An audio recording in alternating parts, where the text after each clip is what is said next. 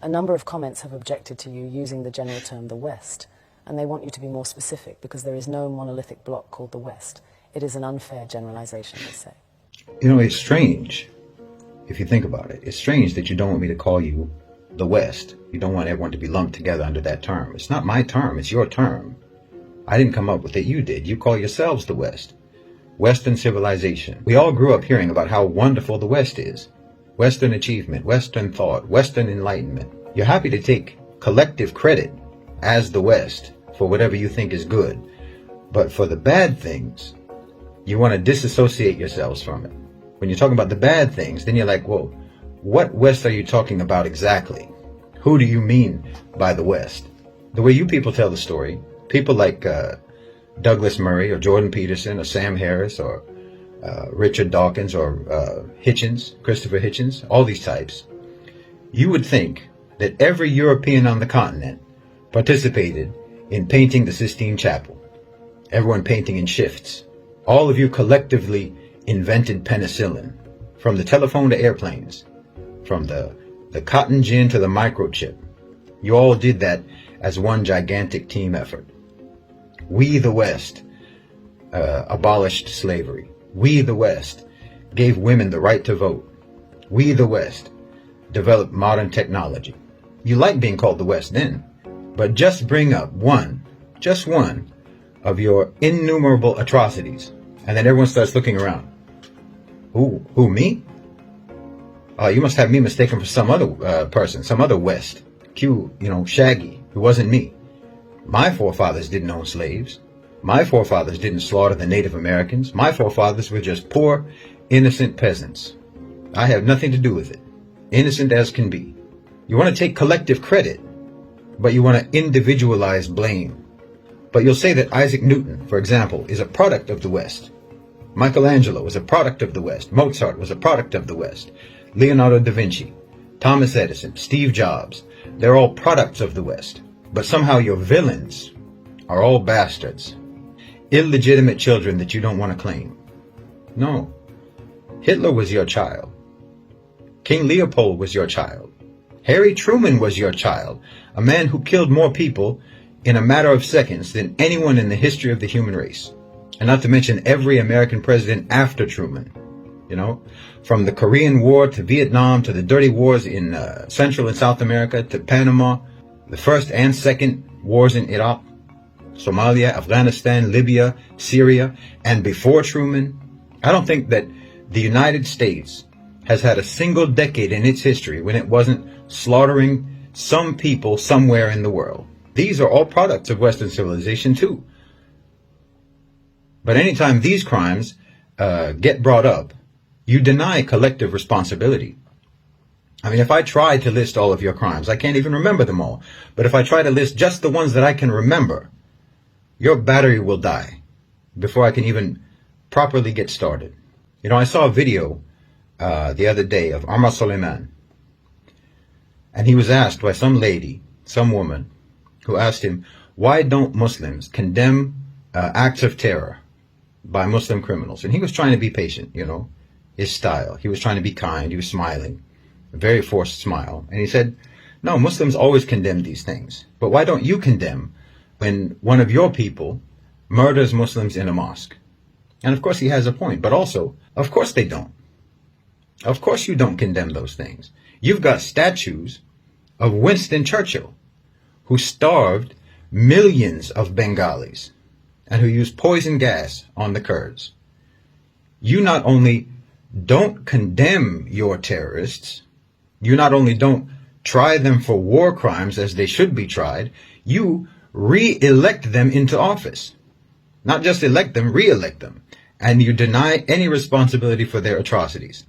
No, if you want to be called the West, when it comes to any positive achievements, then you have to accept being called the West for all the full catalog of inhuman, vicious, genocide, murder, rape, torture, bigotry, exploitation, oppression, assassinations, coups and subjugation, evil and brutality, all that your people have ever committed. That's why I always say Western civilization is a sarcastic term, because you never civilized. And, we made cool stuff is not a defense. Your approach to morality is let's not and say we did. Let's not be moral but say we are. You think that righteousness is denying the evil you do, not stopping yourselves from doing the evil.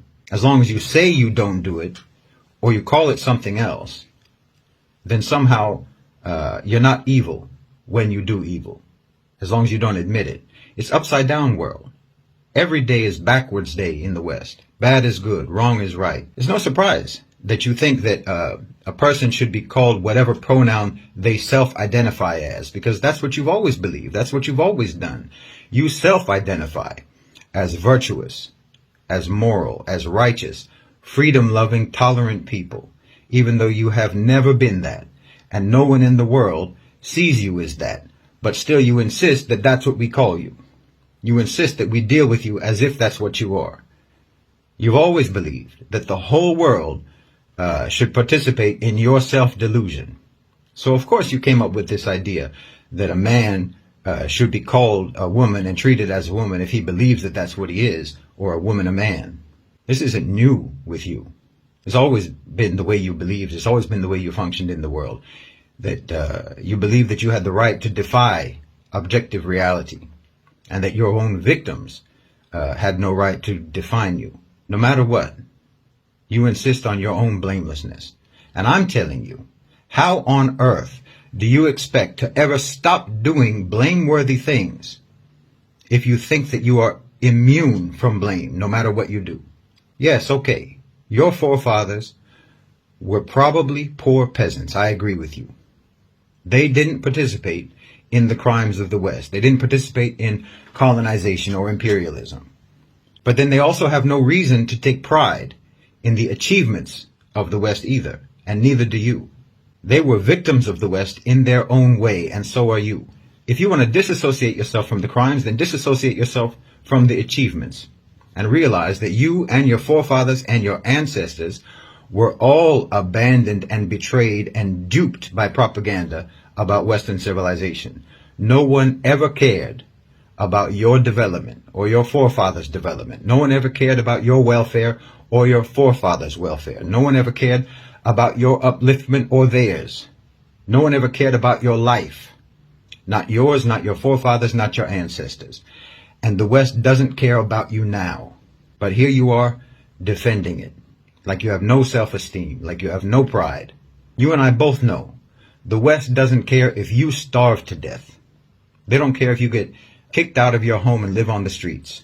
If you spend the rest of your life drowning in debt, they don't care. If you fry your brains on drugs, they don't care. And if you decide that life is too hard, they'll help you kill yourself. That's the West. And that's what the West thinks of you.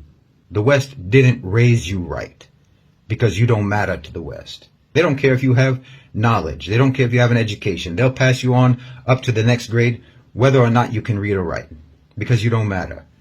Every day of your life, your civilization, all around you, is shouting at you in a million different voices that you don't matter. You're just a replaceable cog in the machine. Everyone in the West is regarded as disposable by the West, and still you defend it as the pinnacle of human refinement.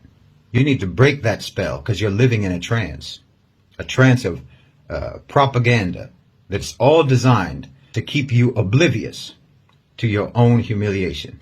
But then you'll get mad at me for trying to tell you to break that spell, to break that trance. You'll get mad at me because I'm trying to tell you that you need to stop being humiliated. You need to stop aligning yourself with the ones who are humiliating you. You need to stop aligning yourself with the ones that were humiliating your forefathers and that are humiliating you now. And you're going to get mad at me. But you don't disassociate yourself. I'm supposed to disassociate you from them, but you're not. Why should I disassociate you from the West when you don't do it yourself? I'm trying to tell you that you need to break the trance. I'm trying to tell you that you need to break out of the propaganda. You need to break out of the indoctrination. You need to break out of the programming. But you're going to get mad at me for telling you that. And you want to hold on to the programming. You want to hold on to the indoctrination. And then while you're holding on to it, I'm supposed to separate you from the indoctrination that you're holding on to. So how are you supposed to change?